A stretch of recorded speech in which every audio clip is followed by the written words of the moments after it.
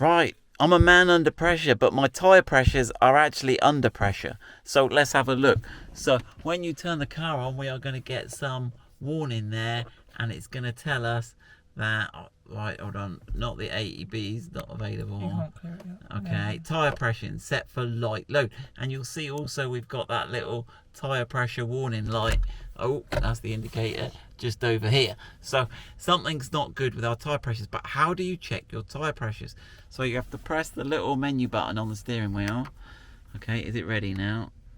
Yeah, we've got to clear the fault. There we go. I got some. And then you've got to go to the display right at the bottom which says vehicle information, and then go on to tyre pressure check, and it will actually tell you what tyre pressures should be for each of the tyres.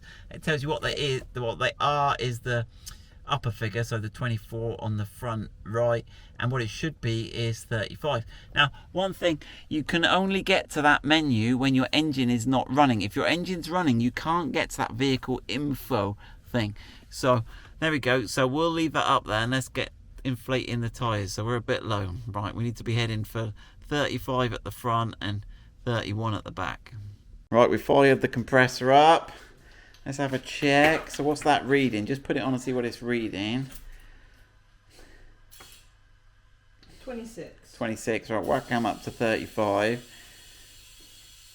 Right, so it's 35 at the front, 31 at the rear. We'll get those done. Now, I don't think the readings are going to appear live, so we'll get the tyre pressures done and we'll go inside and check the pressures, but I think it's got to drive a bit and send the signals to the unit. Right, if you're never not sure of the tyre pressures, what they should be, and you don't trust the software, there is a label on the side of your car there that tells you what the tyre pressures should be, and it's got it all for like the number of people. This is like light people, and this is like lots of people and luggage, so it's a heavy and a light load.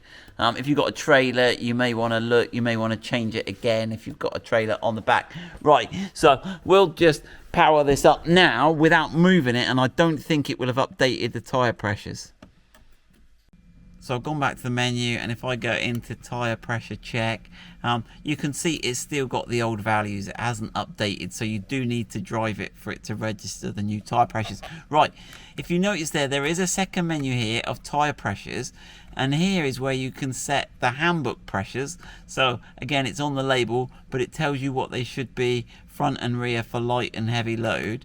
If you go back, you can also go to the TPMS load settings, whether that's normal, and that dictates whether at what pressure it goes orange.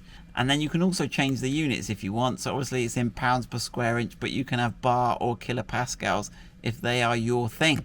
Right, so we are going to drive it, and we're going to check again, and we'll show you that it does indeed all update, and then we can get rid of this little tyre pressure warning sign. Right, we've done literally a short drive up the industrial estate to the MOT station. We're getting and it's picked it up, but you can see there's a slight calibration error. We obviously put 35 and 30, so there's a slight difference there, but they're in limit now. They're not, we've got no warning pressure light, so we're all good. So hopefully that helps you with your tyre pressures.